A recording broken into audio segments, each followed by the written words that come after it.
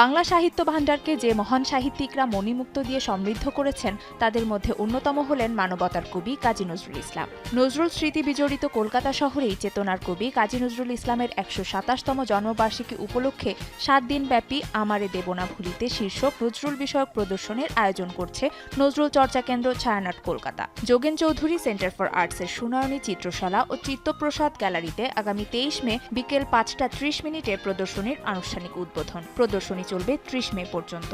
প্রতিদিন দুপুর ২টো থেকে রাত্রি ৮টা পর্যন্ত নজরুল প্রেমীরা উপভোগ করবেন নজরুল সংক্রান্ত বিরল সামগ্রী দিয়ে সাজানো এই প্রদর্শনী। সমৃতা মল্লিকের ভাবনায় দুই বাংলার বিশিষ্ট সংগ্রাহকদের সংগ্রহ দিয়ে অতি যত্নে সাজানো হচ্ছে এই প্রদর্শনী। প্রদর্শনীতে থাকছে বেশ কিছু দুর্লভ আলোকচিত্র, কবির সকণ্ঠে গান ও কবিতার গ্রামোফোন রেকর্ড, ভারত, বাংলাদেশ, পাকিস্তানের নজরুলের উপর নির্মিত ডাকটিকিট, বিদ্রোহী কবিতার ৯০ বছর উপলক্ষে বাংলাদেশে নির্মিত বিশেষ মুদ্রা, নজরুলের ছায়ানট কাব্যগ্রন্থের প্রথম সংস্করণ, অগ্নিবীণা কাব্যগ্রন্থের দ্বিতীয় সংস্করণ সহ বহু মূল্যবান জিনিসপত্র।